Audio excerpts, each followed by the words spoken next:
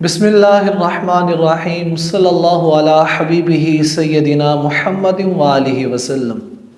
حب احمد کی تبلیغ تو نے نہ کی، کٹ گئی عمر گستاخیوں میں تیری، نقص ہی ڈھونڈنا اگر کام ہے تیرا، یوں پھر بستر اٹھانے سے کیا فائدہ۔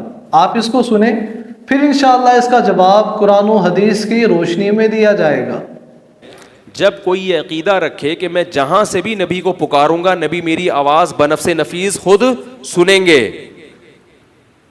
اور میں جس کام کے لیے بھی نبی کو کہوں گا نبی صلی اللہ علیہ وسلم وہ میری حاجت پوری کر دیں گے، اس نیت سے اگر کوئی یا رسول اللہ کہتا ہے تو وہ شرک ہے کہ یا رسول اللہ صلی اللہ تعالیٰ علیہ وآلہ وسلم اس نیت سے پکارا جائے کہ حضور ہماری پکار کو سنتے بھی ہیں اور ہماری مدد بھی فرماتے ہیں، ایسا کرنا شرک ہے۔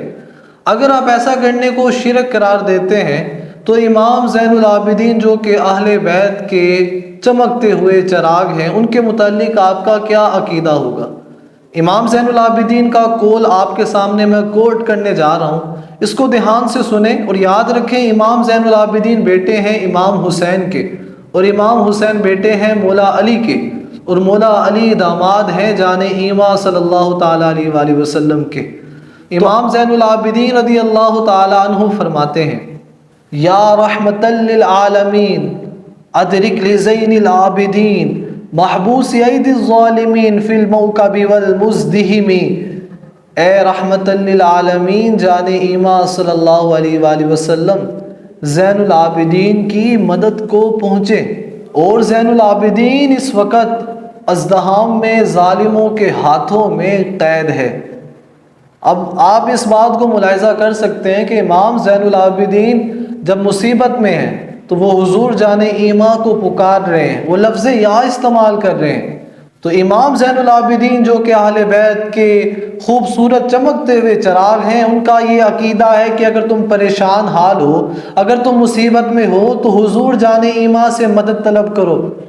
جس بندے کو آپ نے سنا تو طارق صاحب اگر آپ کی بات مان لی جائے تو نعوذ باللہ نعوذ باللہ، آپ کی نظر میں تو امام زین العابدین مشرک ہو گئے، انہوں نے تو اللہ تعالیٰ کے علاوہ کسی اور سے مدد مانگ لی۔ تو یاد رکھیں حضور خدا نہیں ہے، یہ جملہ آپ کے لیے بول رہا ہوں میں طارق صاحب، حضور خدا نہیں ہے اور خدا سے جدا بھی نہیں ہے۔ یہ رہی بات امام زین العابدین کے کردار، تربیت اور عقیدے کی۔ اب ہم بات کرتے ہیں قرآن مجید فرقان حمید سے کہ کیا رسول اللہ صلی اللہ علیہ وآلہ وسلم مدد فرماتے ہیں؟ قرآن اس کے بارے میں کیا کہتا ہے؟ آئیں قرآن دیکھتے ہیں۔ سورہ آل عمران آیت نمبر 164، وَيُزَكِّيهِمْ وَيُعَلِّمُهُمُ الْكِتَابَ وَالْحِكْمَةَ، کہ ہمارے محبوب ان کو پاک فرماتے ہیں اور انہیں کتاب و حکمت سکھاتے ہیں۔ مزید اللہ سبحانہ و تعالیٰ سورہ توبہ آیت نمبر 74 میں ارشاد فرماتا ہے، اغناہم اللہ ورسولہ من فضلہ، ان کو اللہ اور اس کے رسول نے اپنے فضل سے غنی کر دیا۔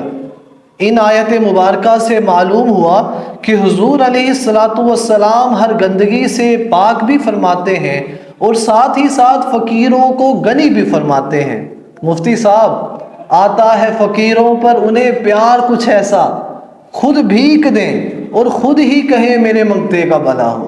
آگے چلتے ہیں، سورہ توبہ آیت نمبر 103، اللہ کا فرمان، خذ من اموالہم صدقۃ تطہرہم وتزکیہم بہا، کہ حضور آپ ان کے مالوں سے صدقے وصول فرمائیے اور اس سے ان کو پاک فرما دیجیے۔ معلوم ہوا کہ وہی عمل خدا کے ہاں مقبول ہے جو بارگاہ رسالت میں منظور ہے۔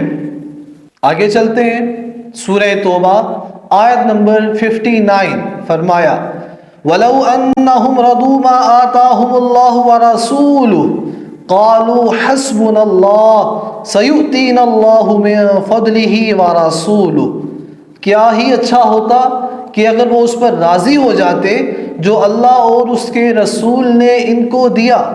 معلوم ہوا کہ حضور علیہ السلام عطا فرماتے ہیں۔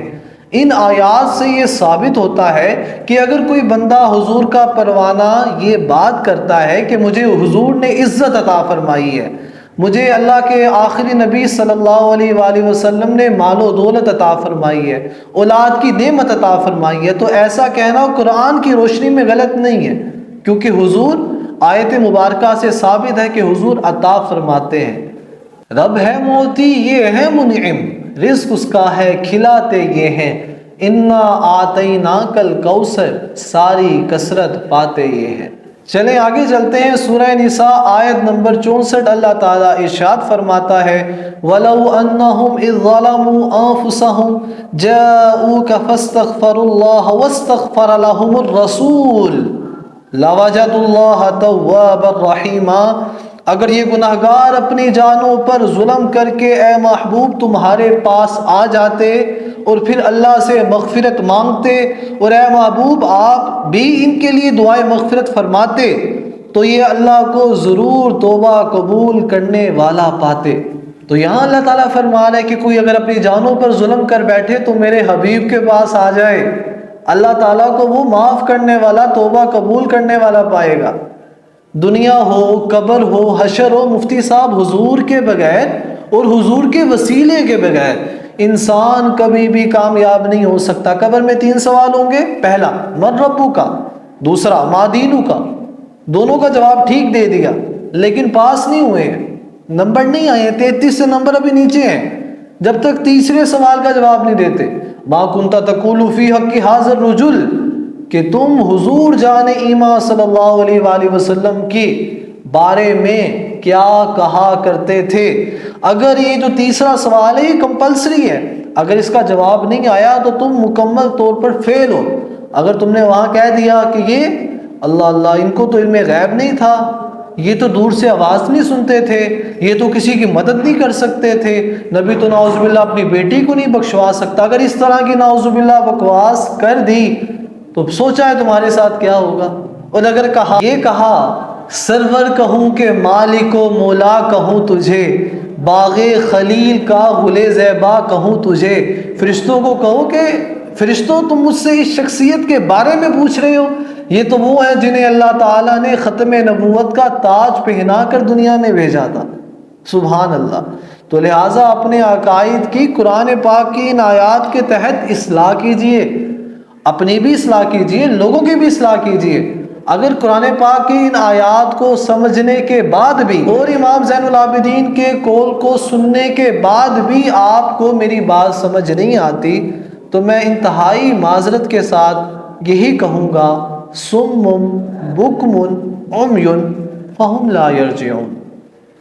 اللہ تعالیٰ کی بارگاہ میں دعا ہے اللہ تعالیٰ ہمیں مکمل طور پر جان ایمان صلی اللہ تعالیٰ علیہ وآلہ وسلم کے اختیارات کو، آپ کی شانوں کو ہم سمجھ تو نہیں سکتے لیکن اس کا کروڑواں حصہ بھانپنے کی توفیق عطا فرمائے۔